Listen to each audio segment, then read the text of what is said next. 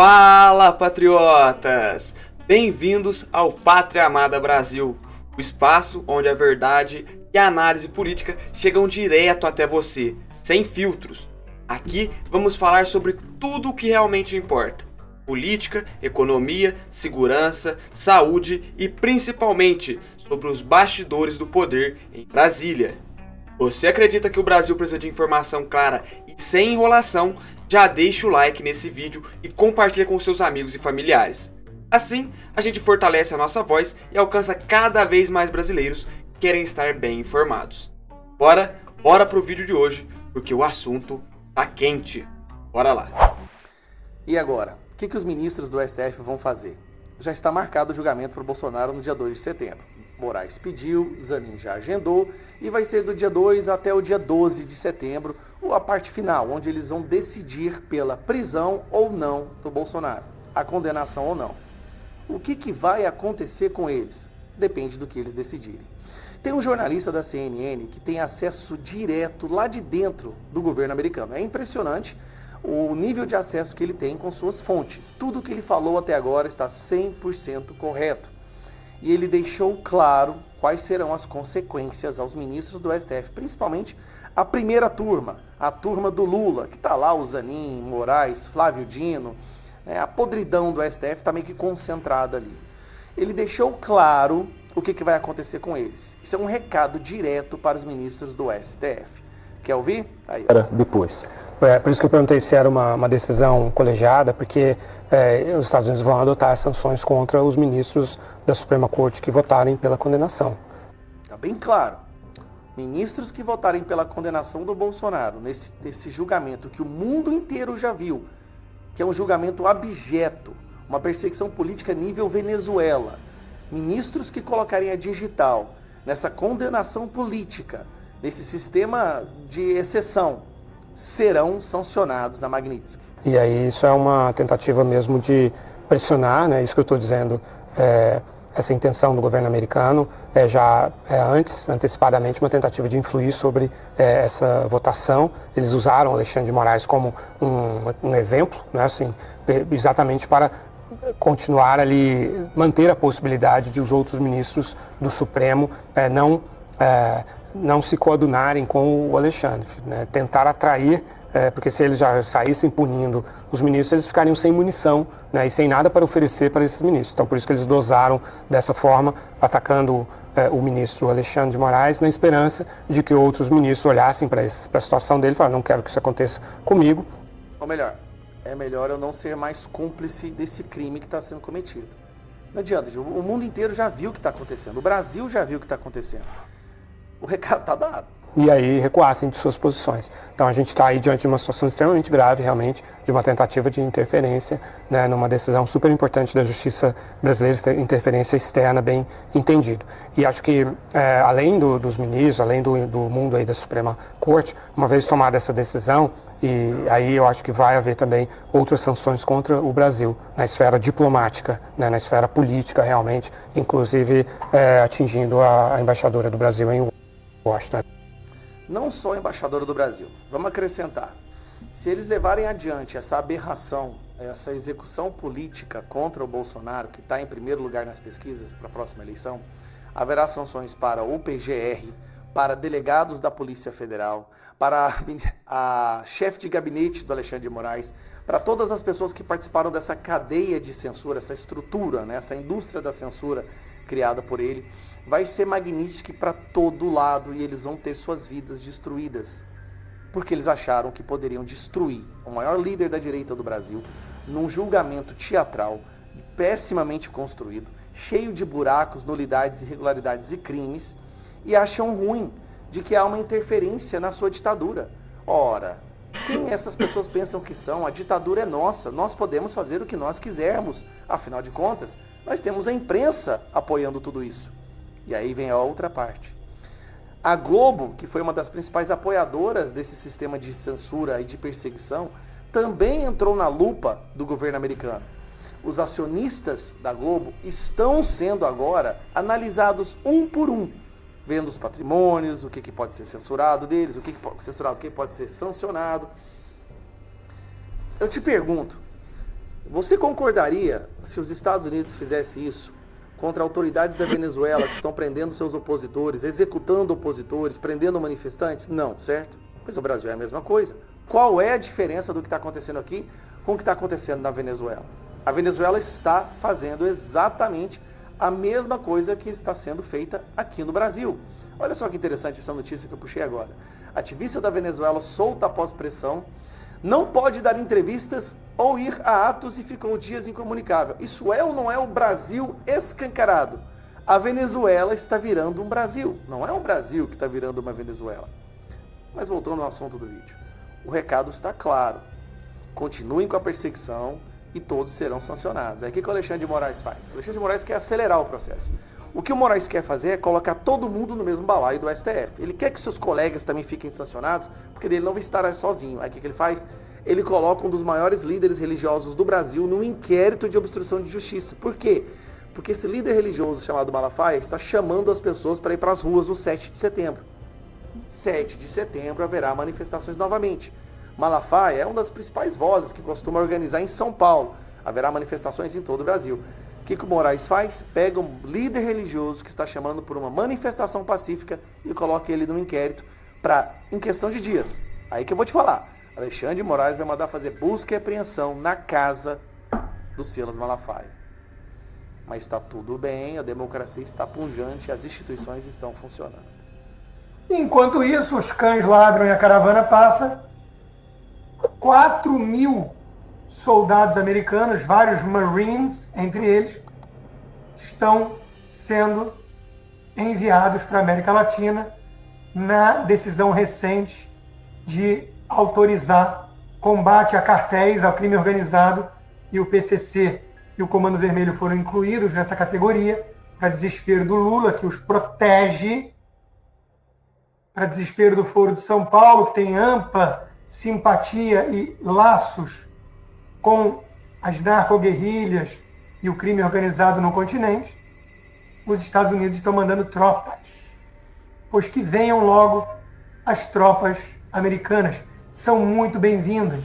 Vem submarino, vem avião, vem um monte de coisa para dar uma certa intimidada, para mostrar o poderio bélico. Dizem que o Hugo Chávez não, que o Maduro anda meio assustado, se escondendo em bunker. A cabeça dele subiu o prêmio para 50 milhões de dólares. É um narco-estado a Venezuela. O seu braço direito, de cabelo, e sempre foi um líder de cartel. O próprio Maduro, por óbvio, que é chefe dele, também. E as Forças Armadas na Venezuela foram cooptadas faz tempo. Lá são todos generais melancias, verde por fora e vermelhos por dentro. Por falar na Venezuela, militares melancias declaram alerta após os Estados Unidos subirem recompensa por Maduro.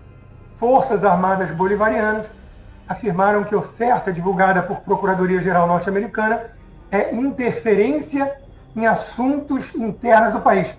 Soa familiar? Os Estados Unidos querem se intrometer sim no que acontece na Venezuela, porque a Venezuela fica mandando drogas, além de traficantes e grupos terroristas, e o trem da Aragua e tudo mais, para os Estados Unidos. Ordem de Trump contra cartéis desperta temor na América Latina de nova era de interferência dos Estados Unidos na região. Vocês estão com algum medo?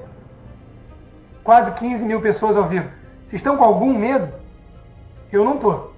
Eu quero mais é ver os Estados Unidos botando para quebrar contra PCC. Quem é que está com temor de interferência, então? O PCC e o PT. Por que será que ambos sempre têm um certo alinhamento de sentimentos? Seria porque eles têm diálogos cabulosos? Seria porque o Lula consegue frequentar a favela dominada pelo crime organizado usando CPX, que não quer dizer cupincha, quer dizer logo do Comando Vermelho? Vai usar em favela que é opositora ao Comando Vermelho e vê o que acontece. É a marca que eles botam no peito de vítima, no fuzil. Mas o William Bonner ganhou de presente um boné do CPX e fingiu que era a coisa mais inocente do mundo. Ou o Flávio Dino, que era então ministro da Justiça e Segurança, deveria ser, portanto, a pessoa mais odiada no país pelo crime organizado. Ele também consegue frequentar a favela dominada pelo crime organizado, Complexo da Maré, sem escolta policial. Enquanto isso, um avião russo sancionado pousa em Brasília e vai agora para Venezuela, carregando o que ninguém sabe. Aqueles navios que atracaram nos nossos portos do Irã, também sancionados, também foram embora depois levando ninguém sabe o que. O resumo da ópera bufa. Alguém tem ainda alguma dúvida de que o Brasil do PT lulista virou eixo do mal, que está a serviço, nosso país, dos regimes mais nefastos da escória da humanidade? Ninguém pode ter dúvida disso. Ninguém. É isso aí. Agora minha pergunta é para vocês aí, vou perguntar pro Dácio. A gente ouviu esse assunto e também o Paraguai aí criando uma base antiterrorista com o FBI, com policiais treinados aí pelo FBI dos Estados Unidos. que é isso aí, Marcos? Quando eu vi essas notícias, eu não pude não associar os Estados Unidos participativamente da libertação do mundo da ditadura nazista. E um amigo meu, que foi meu leitor aqui, ele esteve na Normandia e trouxe para mim um pouco da areia da praia do dia D. Deixa eu mostrar para vocês aqui. E junto com a tropa, com os marines, estão indo anfíbios, que fazem justamente aquela abordagem que foi feita no dia D. Esperamos que os Estados Unidos nos livrem do mal do Foro de São Paulo. Deputado, E das estava até narcoditaduras, falando né? sobre isso mesmo, que o Paraguai está criando uma base antiterrorista, treinando os policiais aí com o FBI dos Estados Unidos, e assim, eles estão liderando essa guerra contra o narcotráfico. E por que, né, o Brasil, que é o maior país daqui da região, não faz isso? Não, o Nem detalhe é parar. que eu sou da fronteira, né? Eu nasci vizinho do Paraguai, a gente cresce frequentando ali, meu avô morou muitos anos no Paraguai, a gente aprende bastante ali o espanhol, o guarani um pouco, mais o espanhol que é mais fácil, o guarani é bem complicado. E é impressionante a gente ver como é que o Paraguai está tendo um desenvolvimento econômico assustador, enquanto a gente só afunda. E o mais interessante, são dezenas, se não centenas de empresários brasileiros indo para o Paraguai. Aqui onde eu moro, que é a capital do Mato Grosso do Sul, que é Campo Grande, no lugar onde eu moro, eu tenho diversos vizinhos que empreendem no Paraguai e muitas pessoas que tratam do agronegócio, que são pecuaristas, agricultores, estão vendendo as suas operações aqui para migrar para o Paraguai, porque lá existem mais condições de negócios e, claro, um real combate ao crime organizado, coisa que nós não vamos ver tão cedo aqui, porque, infelizmente, nós estamos numa narcoditadura, onde, além da coligação PT-STF, nós temos embaixo o suporte deles com todo o crime organizado, né? Exatamente. Dácio, E completando, eu ia até perguntar para você mesmo, né? O Constantino fez esse comentário aí do Equador. Marco Rubio confirma que Maduro chefia o cartel.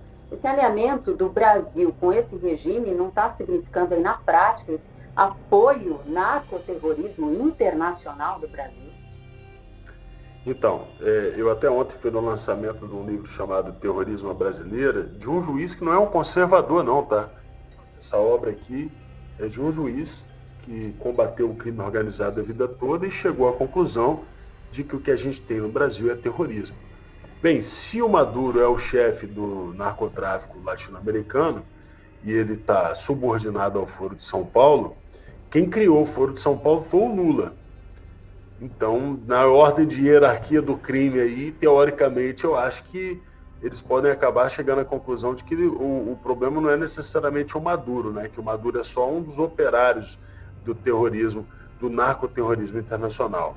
E a questão toda é essa, o terrorismo virou Esse narcoterrorismo virou um problema para o mundo todo. Nós já temos batizados na Austrália, batizados que eu digo, são pessoas de facções criminosas, tá, gente? Já tem o primeiro comando de Massachusetts, já tem criminosos em Portugal tomando conta, o crime organizado crescendo muito, o Porto de Santos movimenta 10 bilhões de dólares, eu sempre falo sobre isso na tribuna da Câmara. Eu vou deixar meu Instagram aqui, eu nunca fiz isso aqui na Veradoc, não. Até porque é difícil pra caramba, porque minha mãe me colocou um nome, não sei se foi depressão pós-parto, Dárcio Bracarentes. Imagina, me achar não é tão fácil, mas é Dárcio.bracarentes. Lá no meu Instagram, eu todo dia estou postando alguma coisa. Tá lançado o desafio aí no Veradoc Show. Eu estou quase chegando em 200 mil lá, me ajuda a chegar em 200 mil. Dárcio.bracarentes. Me acha no Instagram, que sempre que eu posso, eu esfrego na cara da esquerdalha inteira essa relação com o narcotráfico. Infelizmente, a esquerda latino-americana, ela utilizou o narcotráfico como força motriz do patrocínio político e por aí vai. Vamos lembrar que até 1989, até 1990, por aí, eles ainda sequestravam. Quem lembra aí do sequestro da Abílio Diniz, por aí vai. Eles roubavam bancos, eles cometiam outros tipos de crimes para poder se sustentar. Depois que os democratas americanos ajudaram a eliminar os cartéis latino-americanos e entregar a produção, distribuição e comércio de droga na mão da esquerda, aí eles passaram a se sustentar por meio da droga. Isso tem um livro chamado Red Cocaine, que todo mundo deveria ler esse livro, essa obra, né? Então, assim, tem farta documentação que trata desse tema. E ao abater os narcotraficantes e combater e neutralizar esses monstros terroristas que sequestraram a América Latina, você pode ter certeza que a esquerda vai junto para o mesmo buraco. Eu estou doido para ver o Donald Trump dando descarga nessa turma, porque talvez assim o país possa ser saneado, o Brasil possa ser saneado e a gente possa voltar a uma situação de normalidade, com criminoso normal, com gente normal roubando, né, combater eles de uma forma normal também. Você precisa assistir o melhor canal de notícias do Brasil. O programa que fala de tudo, que deixa você informado sobre tudo o que acontece no Brasil e no mundo. Ao vivo, todos os dias, no YouTube. Clique aqui e se inscreva.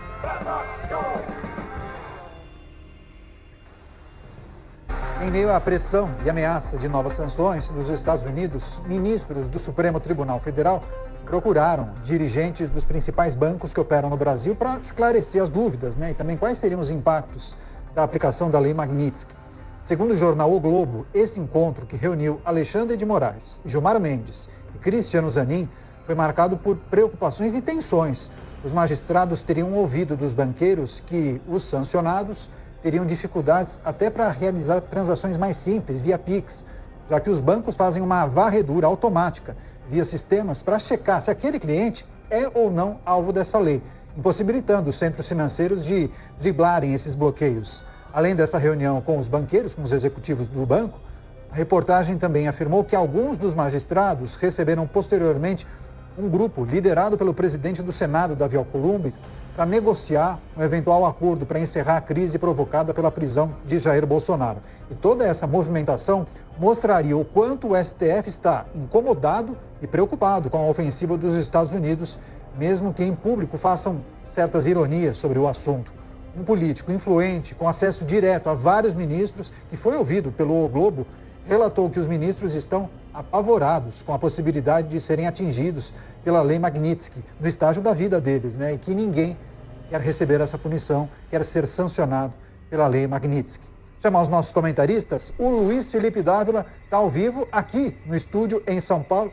Vai dividir? Tá certo. Dávila, seja muito bem-vindo, viu? Obrigado, Canhata. Boa noite a você, excelente semana. Notícia importante, né? Uma reunião que teve a participação de alguns ministros do Supremo e também executivos, ou então banqueiros. Queria sua reflexão sobre essa iniciativa de alguns ministros de procurarem as instituições financeiras que foram transparentes, né? Assim, disseram, não tem jeitinho, não dá para não seguir o regramento, né? Vocês receberão algum tipo de dificuldade, né? É isso mesmo, Canhato. Boa noite a você, aos meus colegas de bancada e à nossa querida audiência. Bom, os ministros deveriam ter lido a Lei Magnitsky e as consequências. E os banqueiros não podem fazer milagres, eles têm que aceitar as limitações da Lei Magnitsky. E a Lei Magnitsky, ela é muito dura mesmo.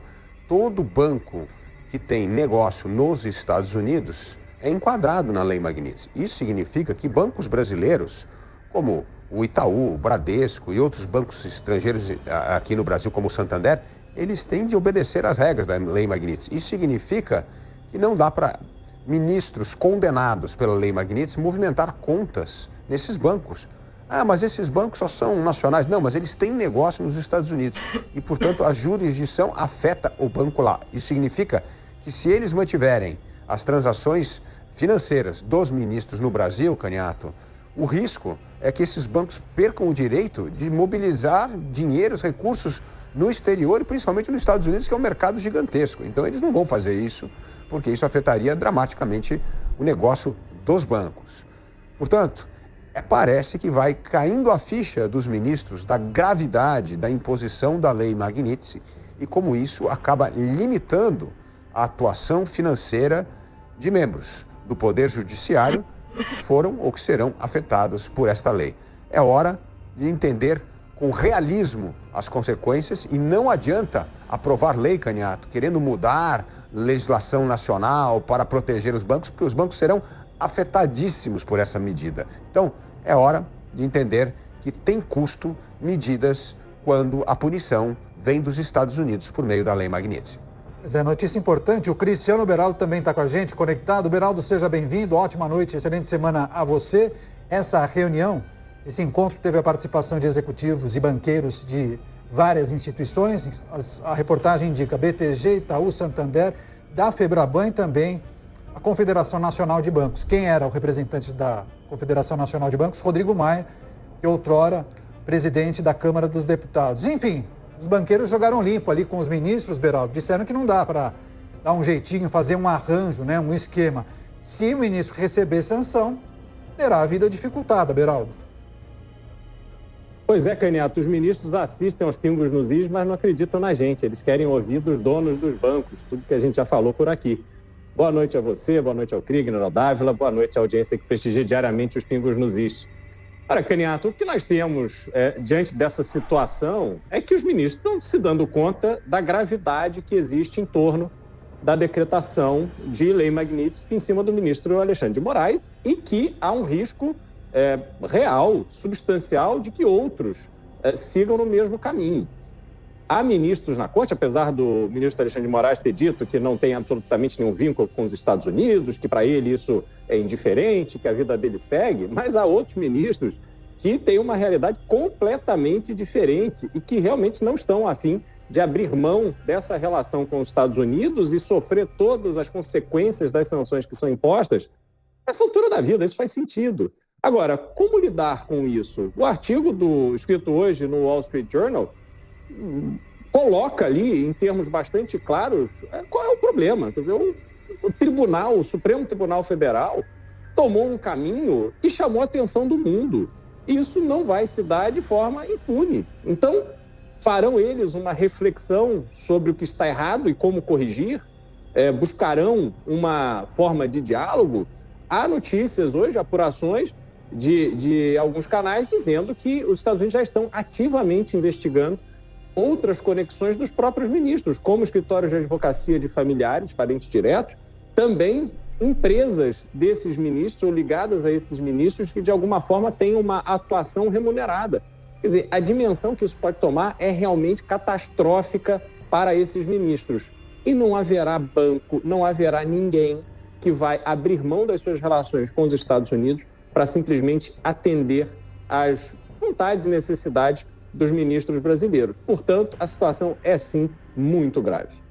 Pois é, e o simples fato de ter acontecido a reunião já indica a preocupação, ou pelo menos a falta de informação dos integrantes da Corte a respeito quais seriam as consequências da aplicação dessa lei contra outras autoridades, outros ministros da Corte. Chamar o Henrique Kriegner com a gente. Kriegner, seja bem-vindo. Ótima noite a você.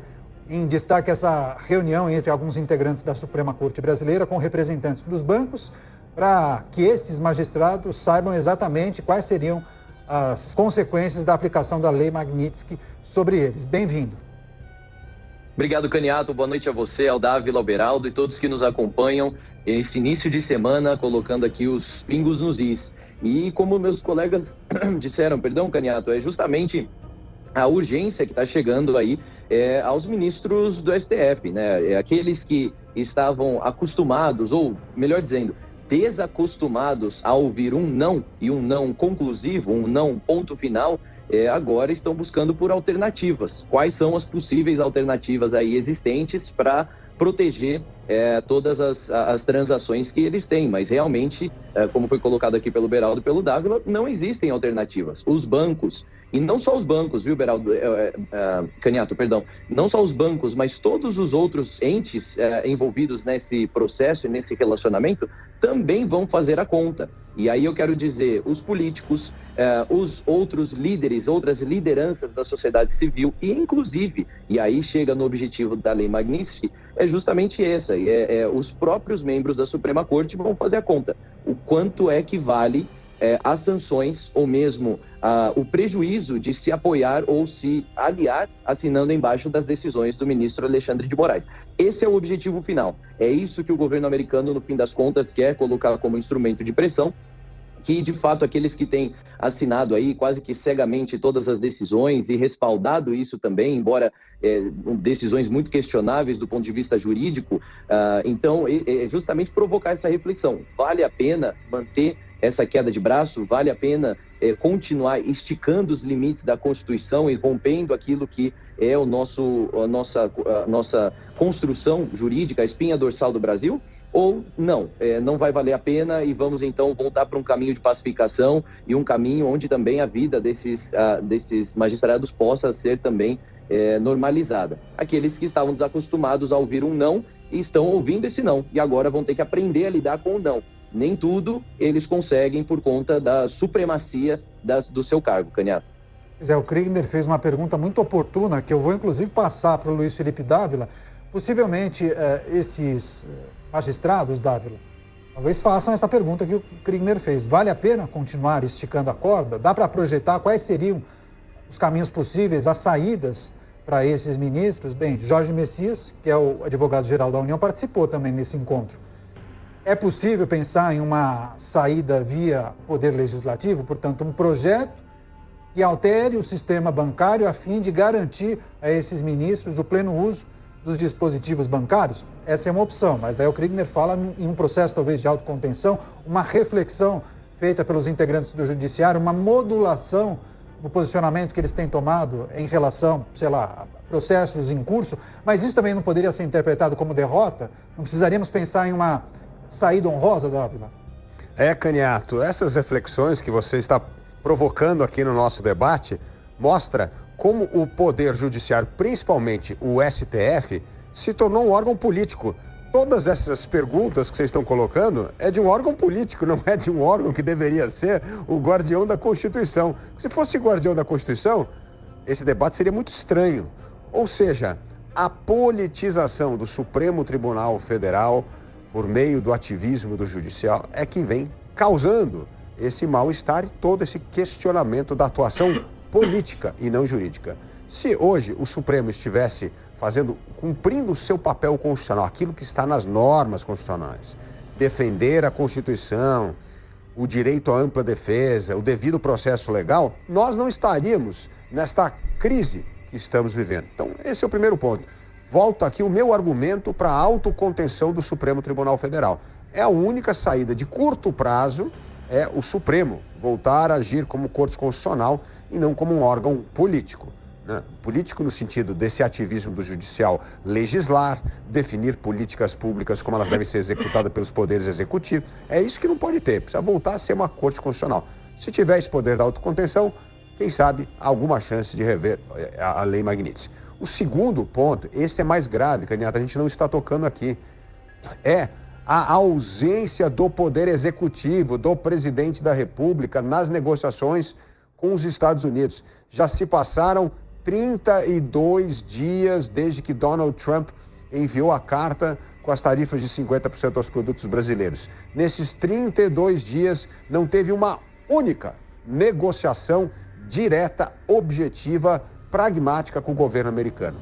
E o presidente da República fica explorando a questão política de defesa da soberania nacional, contra o imperialismo americano, Trump não é o xerife do mundo, todas essas bravatas e nada de negociação séria. Isto está penalizando os brasileiros, as empresas brasileiras. Estimado que perderemos em torno de 130 bilhões de reais de negócio e podemos perder mais de 110 mil empregos. Então, o silêncio do Poder Executivo, o prejuízo que o Brasil está tomando na cabeça por não ter negociado as tarifas e a politização do STF são os 3 pontos que estão provocando esta gigantesca crise hoje no país.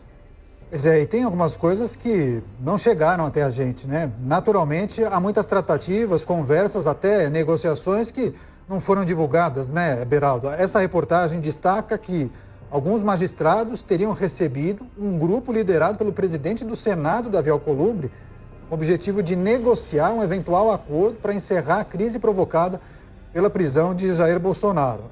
Então, não se trata de uma articulação feita somente dentro do Supremo com os integrantes do Supremo, né? Havia aí, ou haveria aí, uma movimentação também de legisladores a fim de desatar esses nós e tentar resolver essa crise. Consegue projetar o que poderíamos acompanhar nos próximos capítulos? Olha, Caniato, eu queria destacar também um outro aspecto dessas reuniões que estão acontecendo. Imagina, Caniato, num país sério, ministros do Supremo Tribunal Federal resolverem fazer uma reunião com presidentes de empresas que têm processos no Supremo Tribunal Federal. Um deles, inclusive, teve prisão decretada por envolvimento em desvio de dinheiro público. Então, uma situação bastante brasileira, não? Chama lá a cúpula do poder, chama lá os donos de banco. Pessoal, resolvam aí meu problema. Como é que vocês vão resolver meu problema? Como é que o dono do banco fica? Qual é a mensagem que se passa? E pior, como é que esse favor será retribuído? Olha o cenário que se cria a partir de uma questão pessoal. Reforço aqui, Lei Magnitsky é uma sanção pessoal, não tem absolutamente nada a ver com o Supremo Tribunal Federal em si, enquanto instituição, e não tem nada a ver com o Brasil. A sanção foi aplicada a um indivíduo, pelo menos até agora. E a aplicação neste indivíduo faz com que a mobilização institucional se dê para proteger esse indivíduo. Quer dizer, qual é o outro brasileiro que tem esse tipo de tratamento, esse tipo de privilégio? Não existe, Caniato. E aí se movimentam os parlamentares ansiosos a encontrar uma solução, porque também tem contas a acertar com o judiciário. Veja só o que aconteceu nesses últimos meses. Quando o Hugo Mota começou a tratar da anistia, foi eleito com esse compromisso. Já arrumaram uma operação da Polícia Federal na prefeitura do pai dele. Mais recentemente, operação da Polícia Federal no primeiro suplente de Davi Alcolumbre. Quer dizer, existe isenção? Existe interesse público? Estão todos ali reunidos para pensar o melhor para o Brasil? Não. Estão todos reunidos para discutir como eles se ajudam para se livrarem dos seus próprios problemas. Então, Caniato, não faz absolutamente nenhum sentido esse tipo de conduta, esse tipo de postura. Reforço, não tem ninguém ali pensando no Brasil, estão pensando neles próprios. E nós, brasileiros, ficamos refém dessa dinâmica. Então, no aspecto do debate que se está criando e da oportunidade que estamos tendo de enxergar determinadas coisas, essas sanções aplicadas pelos Estados Unidos têm até agora ajudado muito mais do que atrapalhado o Brasil. Pois é, eu mencionei essa reunião, alguns representantes de instituições financeiras participaram, mas é preciso lembrar também que na semana passada o CEO de um outro grande banco, do Bradesco, deu uma declaração questionada por um jornalista a respeito da abrangência da Lei Magnitsky. E aí o executivo disse o seguinte: não discutimos a lei, simplesmente a cumprimos, né? E aí, naturalmente, que as instituições brasileiras vão receber os pareceres das autoridades norte-americanas para entenderem exatamente quais são as determinações e qual é a abrangência dessa Lei Magnitsky em relação àquelas figuras que foram sancionadas. Agora, Kriegner, é possível a gente fazer que tipo de reflexão quando a gente observa que há um movimento também dentro do Congresso Nacional que trata diretamente com integrantes do Supremo para tentar desatar esse nó ou buscarem uma saída para a crise? Não é algo que foi divulgado, né? Não se trata de uma entrevista coletiva em que esses representantes estão tratando disso com transparência. Me parece que tudo ainda é feito em off, como se diz no jornalismo. É preciso tomar cuidado com o quê? Quando a gente observa que há um movimento desse em curso.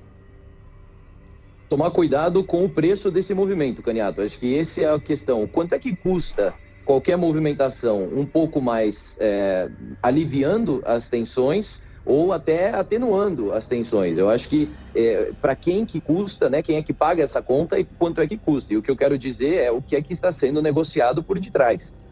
Nós sabemos que Brasília é uma grande mesa de negociações. Todo mundo negocia um com o outro. A busca, não existe busca por solução de problemas, mas sim por a negociação que menos custa, né? Ou a negociação que vai mais me beneficiar aí na relação custo-benefício. Eu acho que é isso que precisa ser analisado aqui. Primeiro que eu concordo muito com o que foi dito. Quando você tem o poder legislativo buscando por um diálogo com o judiciário para atenuar ou mesmo mexer um pouquinho aqui ou ali, é a evidência que faltava para quem ainda tinha talvez um resquício de dúvida se esse processo é político ou é meramente jurídico.